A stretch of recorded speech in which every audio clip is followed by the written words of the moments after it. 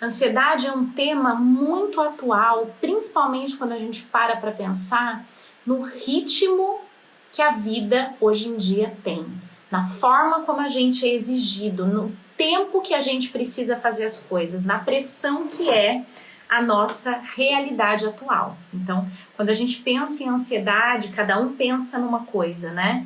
Muitas vezes pode vir só os transtornos ansiosos, muitas vezes vem só um sintoma.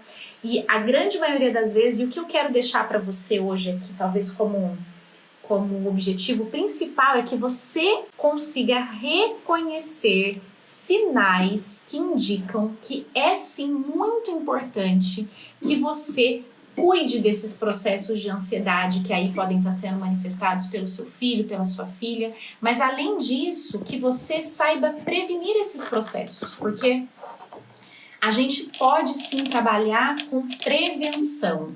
É algo que a gente precisa pensar, principalmente no ramo da saúde mental, para que a gente possa cada vez menos sofrer com alguns preconceitos que rondam, a gente sabe, essa área aí da nossa vida e do nosso bem-estar. Não importa onde você está e não importa o que você está vivendo. Se você está em paz com você mesmo, as coisas podem ficar um pouco mais fáceis, inclusive os momentos desafiadores. Porque, gente, se tem uma coisa certa na nossa vida, a gente pode ser a melhor mãe do mundo, tá na melhor família do mundo, no melhor país do mundo, vivendo a melhor situação do mundo. A gente não está livre de viver situações muito desafiadoras. Muito desafiadoras. Então, saúde mental é algo que a gente precisa investir em prevenção. A gente precisa investir... Hoje a gente fala muito nisso, né? Saúde preventiva, medicina preventiva. Então, você vai se alimentar bem não para perder peso, você vai se alimentar bem não para ganhar músculo, você vai se alimentar bem para estar saudável, certo?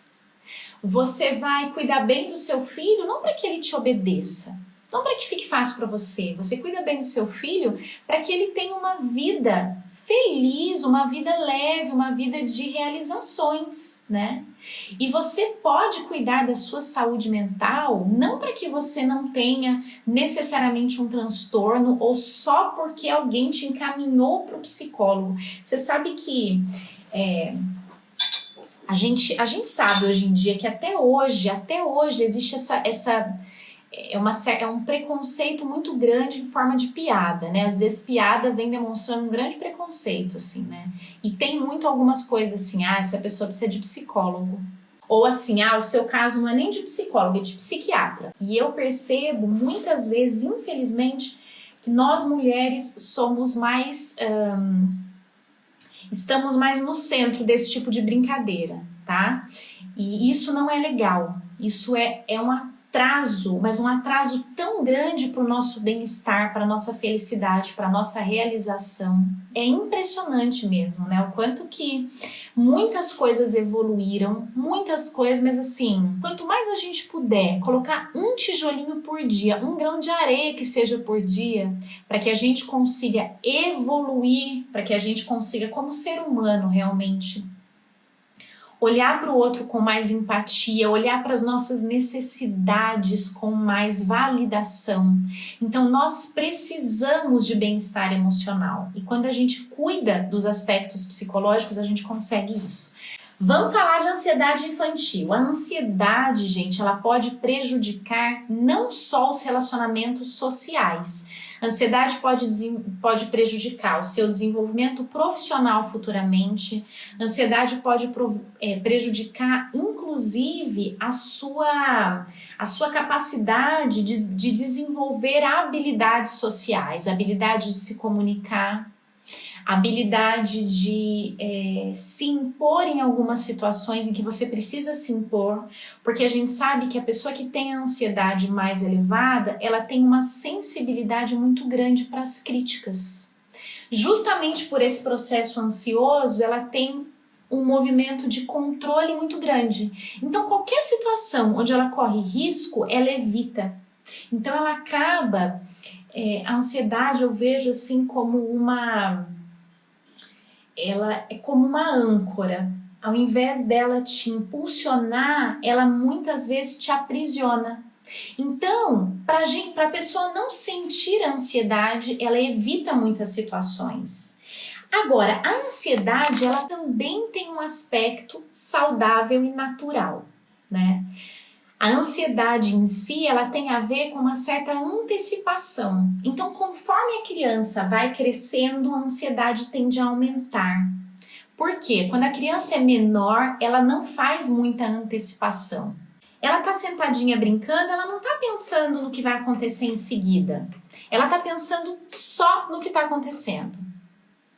Conforme ela vai crescendo, ela já começa a fazer uma relação com o tempo de maior previsibilidade. O processo de ansiedade é um medo de algo que ainda não está presente, porque diante de algo presente a gente sente medo e não ansiedade. Então, é o medo de um próximo passo, é o medo do que vai acontecer, é o medo do desenrolar de uma situação. E a ansiedade, ela é uma sensação de medo antecipatório que inclusive causa sintomas físicos. Então, a gente pode fazer uma separação do que é uma ansiedade natural e saudável numa criança e num adolescente, do que é uma ansiedade patológica numa criança e num adolescente, quando a gente pensa da seguinte maneira: se a ansiedade é natural e ela é antecipação de algo importante, o que vai tornar aquela ansiedade, Aline, um sinal de que eu tenho que me preocupar? E por que um sinal de que você tem que se preocupar? Porque não é você que vai fazer um diagnóstico de transtorno de ansiedade ou não, é um profissional. Mas você tem que conhecer os sinais de alerta. Porque afinal é diante desses sinais de alerta que a gente consegue buscar ajuda profissional, que a gente consegue buscar algum acompanhamento, alguma opinião específica, né? E quais são esses sinais de alerta? A ansiedade natural e saudável é aquela ansiedade onde o fator ansiogênico ele é proporcional à reação. Então, por exemplo, o seu filho tem 8 anos, ensaiou uma peça de teatro na escola por 4 meses, ele vai fazer a apresentação, ele é o protagonista da peça, ele é uma criança que tem uma certa timidez, que é um pouco introvertido, mas que está super feliz com o teatro. Um dia antes da peça ele começa a sentir dor de barriga e não consegue dormir. É uma ansiedade natural. Por quê? O fator ansiogênico é um fator alto, né? É uma situação única, é uma exposição, é uma atividade totalmente nova. Isso que a gente precisa reparar. E outra coisa, tão importante quanto, não mais, mas tão importante quanto, se a gente consegue olhar para essa ansiedade infantil, incentivar o nosso filho e ele consegue, apesar da ansiedade, fazer tudo que ele tem planejado como propósito, mesmo sentindo ansiedade, ele vai estar enfrentando essa sintomatologia e com certeza da próxima vez a chance dessa ansiedade ser menor aumenta, tá? Porque ela não ficou como um fator de controle. Porque se ela é um fator de controle e ele não se apresenta por conta daquela ansiedade, o que o nosso organismo entende? Puxa, tinha um risco ali mesmo, que bom que a gente evitou, tá? Então, o natural do patológico se diferencia por essa relação coesa. Precisa haver coesão ali. Por exemplo, uma criança que brinca com os amiguinhos sempre, que sempre se relaciona bem, sempre brinca, participa dos grupos, se envolve em atividades. Ela é uma criança que de repente começa a não querer mais brincar com os amigos, começa a não querer mais se relacionar socialmente. Essa é uma situação que a gente já fica muito mais atento, porque a gente já entende que a natureza daquela circunstância já era uma natureza muito mais corriqueira. E a criança, mesmo diante de uma situação mais corriqueira, está apresentando um grau de ansiedade alto. Então, a relação entre o fator ansiogênico e a intensidade é importante. Mas, Aline, para algumas crianças, pode ser que aquela brincadeira com os amigos, ela tem algum grau de risco, algum grau de exposição que ele não está conseguindo lidar. É por isso que, diante de um sinal de alerta, a primeira coisa que a gente tem que fazer enquanto mãe, enquanto pai, é ficar alerta. Até mesmo antes de levar no profissional. Até mesmo antes de levar no profissional, porque o profissional vai te perguntar coisas como: começou quando? Tem alguma situação que o seu filho brinca e alguma situação que ele evita mais? Tem algum ambiente que ele se sente mais à vontade? O que ele sente quando ele não vai brincar? Ele se sente aliviado e fica bem? Ele fica triste e gostaria de estar lá? Por quê? O profissional, gente, ele só vai conseguir fazer uma avaliação psicológica da situação quanto mais dados ele tiver da situação. Então, nós, enquanto mães e pais, precisamos ficar atentas aos sinais de alerta. Deu para entender essa diferença do que chama a atenção e do que não chama a atenção? Então, por exemplo, uma criança que tem medo de dormir à noite sozinha. É uma criança que, ao anoitecer, quando ela vai dormir, ela fala: mamãe, eu não quero dormir sozinha, você dorme comigo? Sozinho eu não vou dormir. Ok. É uma criança de 8 anos, você vai pesquisar, você vai ver que nessa faixa etária é comum as crianças terem medo, elas têm medo de monstro, elas ainda estão aprendendo a diferenciar o que é imaginário do que é real. Acontece que uma criança que chega às 5:30 da tarde, 10 para 6, ela começa a ver o sol se pôr, ela começa a ficar com a mão trêmula, ela começa a ficar andando atrás de você, ela começa a dar sinais de que ela está com medo de algo que ainda nem aconteceu. Isso já chama atenção, porque apesar de ser um medo comum, não é uma intensidade de medo que a gente pode considerar que é uma intensidade de medo proporcional. E qual é o termômetro para essa proporção? Primeiro, essa relação, né, do que a criança já vivenciou, do que a criança já aprendeu, ou seja, ela está diante de algo novo ou ela está com medo de algo que ela já tem familiaridade. E a segunda coisa, gente, talvez a mais importante de todas é sofrimento. Existe um grau de sintomas que começa a trazer sofrimento. A criança não está assistindo TV, ela não está brincando, ela não está se divertindo, ela está vigiando você para fazer um controle sobre o mundo, porque a sensação dela é que se ela perder o controle, algo vai dar errado. Gente, isso é angustiante. E diante de angústia, a gente tem que buscar ajuda profissional, tá? Então, isso é uma coisa muito importante da gente entender. Vou falar bem rapidinho, só para citar para vocês os principais transtornos quando a gente faz diagnóstico na infância e na adolescência. Na infância, os principais transtornos são transtorno de ansiedade de separação, porque a criança ainda está aprendendo a estar segura num ambiente onde as pessoas e os vínculos delas mais importantes não estão presentes, e as fobias específicas. Então, medo do escuro, medo de aranha, medo de palhaço, medo de cachorro, medo de água, tá? São os transtornos de ansiedade mais diagnosticados na infância. E os transtornos mais diagnosticados na adolescência. Quando a criança sai da infância e começa a entrar na adolescência, por volta de 11, 12 anos, os mais comuns são transtorno de ansiedade de desempenho, transtorno de ansiedade generalizada e transtorno do pânico.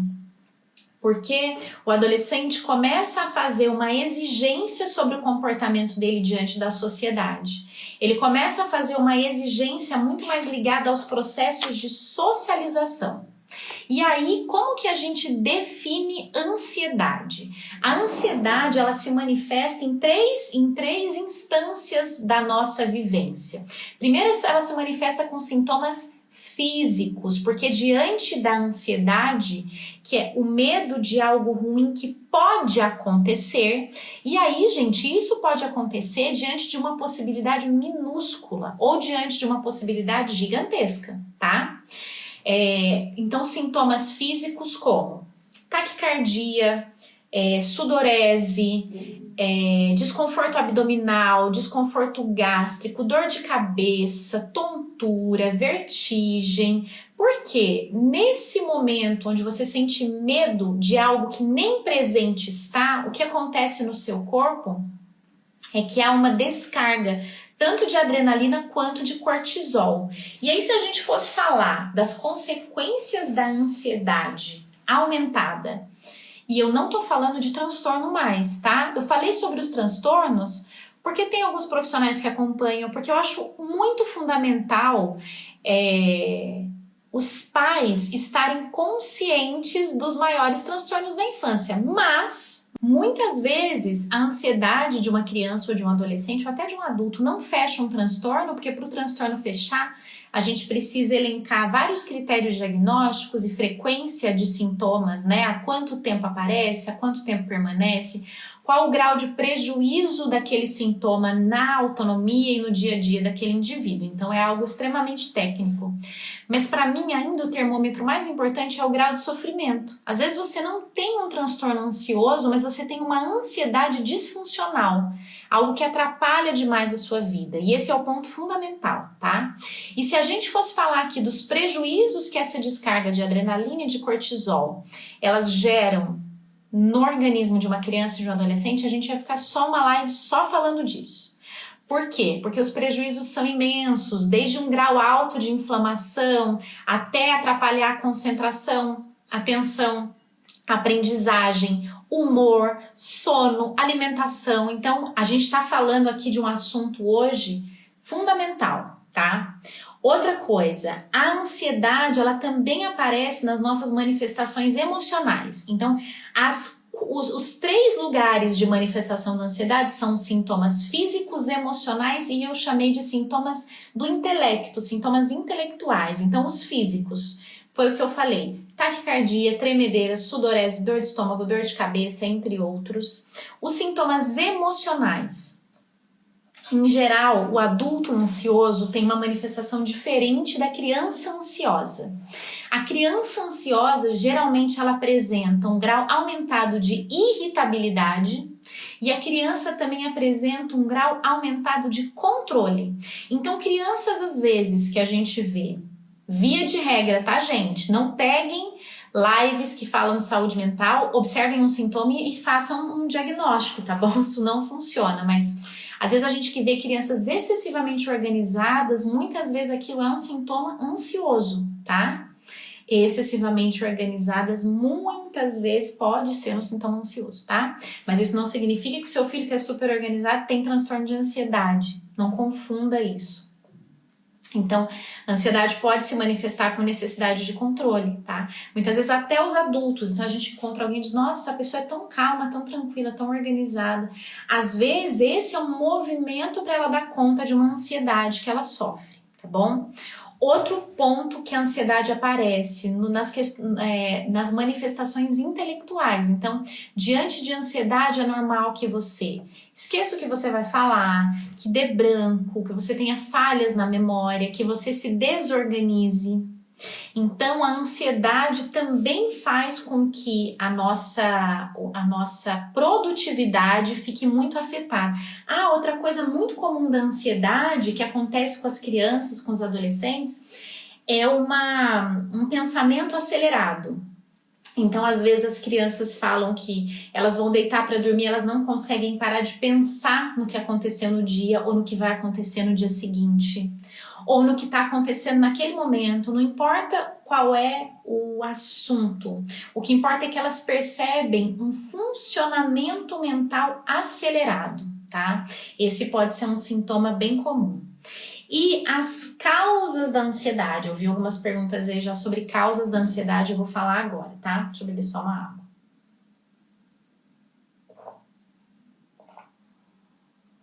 Causas da ansiedade. Em geral, todo comportamento, ele é multifatorial. E ele vem de 3 fontes: cultura, genética e ambiente. Cultura, o que é cultura, gente? É toda a influência macro social. Então, hoje, por exemplo, a gente tem sim crianças muito mais ligadas e autovigilantes com os seus sintomas físicos de, por exemplo, de doenças respiratórias por conta do coronavírus. Então é importante a gente entender que a influência cultural ela é grande sim. Então é cultura, genética e ambiente. Cultura, a sociedade que você vive, se você mora no Ocidente ou no Oriente, qual é a sua orientação política, social, religiosa, tudo isso influencia em todos os seus comportamentos. A ansiedade é um deles, tá? E o momento atual que a gente está vivendo, tá? Então isso é um dos componentes que somados vão dizer se a ansiedade ali vai se manifestar forte ou não vai se manifestar. A cultura, a gente tem uma influência pequena, mas a gente tem uma influência, mas é uma influência pequena. O segundo fator é a genética. Esse fator a gente não tem influência, né? A gente não tem como mudar a nossa história genética. E na ansiedade a gente sabe sim que existem vários estudos, tá? Então não tem um relato só significativo, mas existem estudos que falam entre 30% a 40% de incidência genética nos transtornos de ansiedade. Então, isso não inclui os sintomas ansiosos, tá? É um dado muito elevado se a gente for pensar nessa relação, né, de continuidade de um transtorno, né, de 30% a 40% é algo muito alto. Acontece que a gente sabe que existem genes que podem transmitir uma tendência a você desenvolver, então, transtornos ansiosos. O fator ambiental é um fator que pode ser determinante em muitos casos. Por quê? Porque o fator ambiental é a soma de como você vai conduzir toda a influência da cultura e toda a influência genética. É a forma como você vai conduzir. Tem uma frase que diz que mais importante do que o que acontece com a gente é o que a gente faz com aquilo que acontece com a gente. Então, muitas vezes a gente vê uma situação de duas pessoas que viveram circunstâncias muito parecidas, mas que pegaram aquela circunstância e transformaram de um jeito completamente diferente. Isso é o fator ambiental. Como a família lida com a vida, como a família conduz as tendências genéticas, isso muda sem sombra de dúvidas. Isso a gente tem muitas pesquisas confirmando. Isso muda a história de um possível transtorno. A forma como você vai lidar com a ansiedade, a forma como você vai conduzir o seu dia a dia. Então agora é a hora de você pegar caneta e papel, tablet, computador, onde quer que você anote, post-it, bloquinho e começar a anotar os 7 passos para você desenvolver no seu filho uma infância e uma capacidade e habilidades emocionais suficientes para que você consiga tanto prevenir um ambiente favorecedor de ansiedade, quanto para que você consiga ajudar o seu filho a já lidar com a ansiedade que ele já possa estar manifestando, tá bom? Vamos lá. Primeiro passo que eu separei para vocês: desacelere e tenha consistência. O que é isso? Quando a gente vai cuidar da ansiedade infantil, a gente não escapa de cuidar da nossa relação com a ansiedade. Então a gente vê que a ansiedade é algo que não era muito bem assim, né? É como se na infância fosse natural a ansiedade, né? A gente escuta muito assim, escutava muito, antigamente até mais, né? Isso é coisa de criança, isso passa, é coisa de criança. E não é, né? Na verdade, tem até uma charge bem bonita que diz: a infância não passa, ela fica. A infância fica dentro de nós. Você que é mãe e pai, e você quer prevenir a ansiedade no seu filho, a primeira coisa que você tem que fazer é desacelerar. Desacelerar não significa parar, e não significa, porque às vezes a gente confunde ansiedade com proatividade.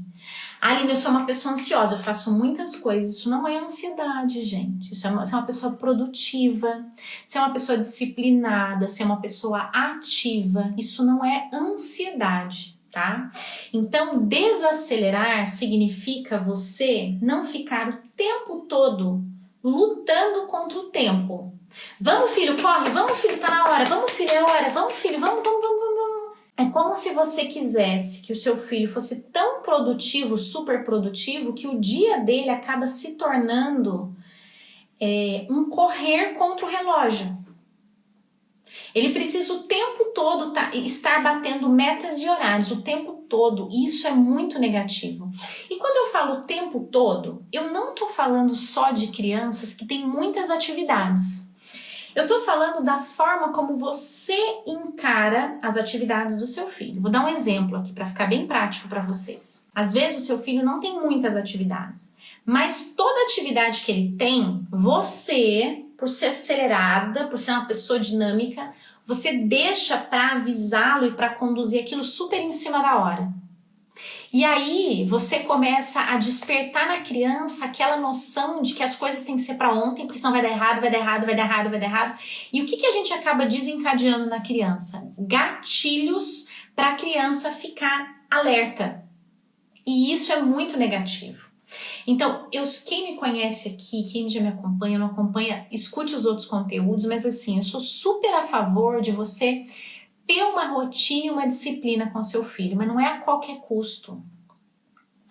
A gente tem que pesar muito o custo-benefício das coisas. Então, muitas vezes é muito mais saudável que você conduza-o para algumas atividades principais ao longo do dia, dê intervalos entre essas atividades, não dê vários comandos ao mesmo tempo e que você tire um tempo para que aquele ingresso na atividade seja mais prazeroso. Então, vou dar um exemplo, tá?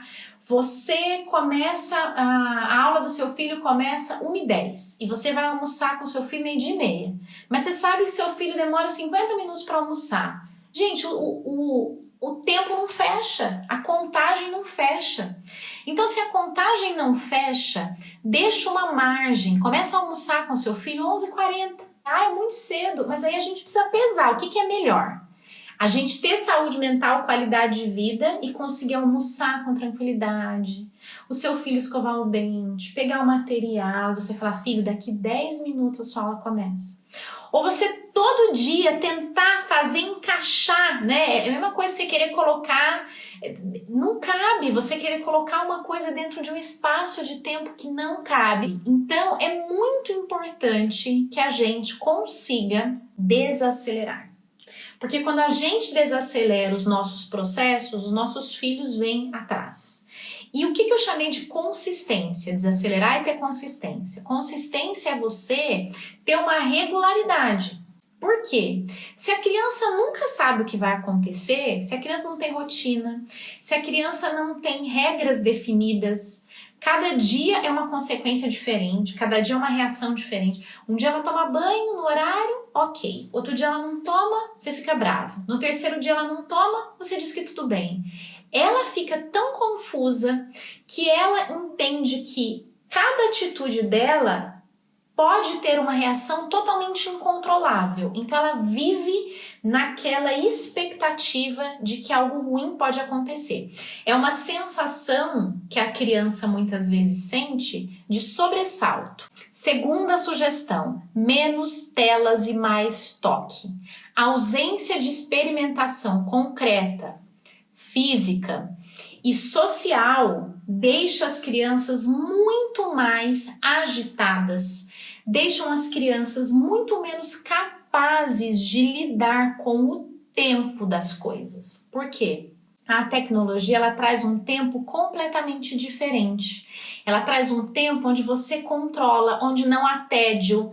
Vamos pensar juntas aqui. Nossa geração, que assistiu entre 35 e 50 anos. Vamos pensar aqui. Quando a gente queria assistir um filme, como é que era? Ou a gente esperava passar o filme na sessão da tarde, ou a gente alugava a fita e a gente colocava o filme. Se a gente estava assistindo um filme na sessão da tarde, no meio do filme tinha uma coisa chamada intervalo. O que a gente tinha que fazer quando o intervalo começava? A gente tinha que esperar. Isso não existe mais, as crianças não esperam. Começa um anúncio, que foi o nosso antigo comercial, em 3 segundos, se a criança não acha aquela tecla de pular, ela já se desespera.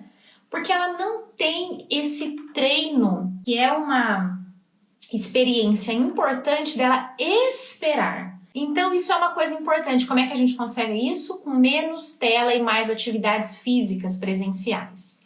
Terceiro passo, gente, no combate à ansiedade infantil. Sejam pais, não treinadores. O que significa isso? Mais vale a gente acolher a produtividade do nosso filho, mais vale a gente acolher a dificuldade do nosso filho. Isso vai ser muito mais incentivador do que a gente sempre querer o melhor. Que ele seja o melhor no inglês, o melhor no balé, o melhor no português, o melhor em ciências, o melhor da escola, o melhor do torneio, o melhor. Pra quê? Você não tá treinando uma criança, você tá criando uma criança. Criando, eu gosto tanto desse termo, por que criando? Porque criar é isso mesmo, é hora colocar embaixo da asa, hora abraçar, hora acolher, hora ensinar a caminhar sozinho. E isso é muito mais do que você querer resultados. Quarto passo, exercite a sua tolerância. Por quê? O que mais as crianças desejam no mundo, é que os seus pais se orgulhem delas. Por quê? Porque isso não deixa de ser uma condição biológica do quê? Da evolução da espécie. O que mais são os nossos filhos, senão uma nova geração melhorada de nós mesmos? Eles são isso, do ponto de vista biológico, eles são uma geração aprimorada. E eles querem olhar para nós e eles querem que a gente diga isso para eles. Filho, como você é legal. Filho, como isso é bom. Filho, como isso é gostoso. Filho, como é legal estar do seu lado. Acontece que quando a gente é muito pouco tolerante, por exemplo, a criança derruba um copo d'água, a gente diz, puxa vida, tinha que ser você. A criança faz alguma coisa, a gente começa a demonstrar para a criança que tudo que ela manifestar de inadequado, a gente não vai tolerar, aquilo não faz parte. O que a gente vai gerar no nosso filho? A gente vai gerar no nosso filho a ideia de que ele precisa sempre acertar. Se ele precisa sempre acertar, como é que ele vai conseguir lidar com uma situação que deu errado? Porque a ansiedade, o eixo da ansiedade central, a essência da ansiedade é o medo de algo dar errado. E por que eu tenho medo de algo dar errado? Por que eu tenho muito medo de algo dar errado? Porque eu acho que eu não vou conseguir lidar com aquilo. Então, uma coisa que alimenta a ansiedade é a baixa autoconfiança. Quando um copo cai, a gente diz para o nosso filho, filho, acontece, vamos secar a água, vamos levantar o copo. E aí agora a gente vai deixar o copo em outro lugar. Eu estou educando meu filho, mas eu estou criando nele resiliência. Desenvolvendo nele a capacidade dele perceber que ele não precisa fugir de situações desafiadoras. Que ele não precisa temer situações que envolvem algum tipo de risco. Eu não estou dizendo que a criança não tem que ter ansiedade nenhuma. Porque afinal, lembra que eu comentei lá no comecinho, a ansiedade também é positiva, ela nos prepara. Puxa, eu tenho uma live, eu pego um copo d'água para eu conseguir falar com vocês até o final, eu aumento a luz porque já está de noite para que vocês me enxerguem bem, eu confiro se está tudo conectado, eu ligo e desligo o roteador, são cuidados prévios, é um tipo de ansiedade positiva. Agora, se toda live eu for ficar tensa, nervosa, me sentir mal fisicamente, isso não vai nem me ajudar e nem eu não vou conseguir atingir meu propósito. É isso que precisa acontecer com as crianças. Elas têm que ter uma ansiedade suficiente para cuidar do copo para que não caia, mas não para temer em excesso que o copo caia, que elas nem peguem no copo mais. Vamos então para o passo 5. Esqueça rótulos, Os rótulos, eles geram uma coisa que eu vou ensinar para vocês hoje aqui, que se chama rota de fuga. Todas as vezes que eu começo a dizer para o meu filho assim, puxa, meu filho, Aline, ele é ansioso. Meu filho, ele é tímido. Meu filho, ele é muito preocupado com o que as pessoas pensam dele. Quando eu começo a dizer isso dessa maneira, você pode dizer isso para mim O que você não pode é pensar isso e viver achando isso. Porque quando você está dizendo isso para mim, você está buscando algo porque você está vendo que ele está assim. Mas se você aí acredita que ele é, o que pode começar a acontecer é o que a gente chama de profecia autorrealizadora. Você olha para o seu filho e você diz para ele, puxa filho, você é ansioso. Quando o seu filho sentir qualquer sintoma natural de ansiedade, aquela ansiedade saudável, normal, comum, de pessoas que estão vivendo e se relacionando, ele vai pensar assim, eu estou mais ansioso do que eu devia estar. Esse próprio processo de julgamento vai fazer a ansiedade dele aumentar ou diminuir? Aumentar. Esse próprio processo de rótulo vai fazer com que ele busque alternativas para lidar com aquela ansiedade do tipo, ansiedade é natural. Eu vou enfrentar a minha ansiedade, eu vou viver com ela, vambora. Ansiedade acontece, vou fazer desse limão uma limonada e vou me apresentar na minha peça de teatro que eu ensaiei tanto. Eu vou fazer dessa minha ansiedade algo bom pra mim e vou dizer pras pessoas, gente, eu tô com a mão gelada de tão ansiosa que eu tô e vou enfrentar isso. Para que isso aconteça, essa pessoa, essa criancinha, essa pessoinha pequenininha que tá ali te olhando, ela tem que perceber e nós temos esse dever de dizer para ela que a gente considera ela capaz. E para a gente dizer que a gente considera ela capaz, a gente tem que tirar o rótulo. A gente tem que tirar essa ideia do rótulo que justifica que ele é muito ansioso, então ele não pode participar do teatro. Ou se ele for participar, ele não pode ser o principal. Ele é muito ansioso, então não conta para ele que a gente vai viajar. Não conta, conta só na hora, porque senão ele fica tão ansioso. Gente,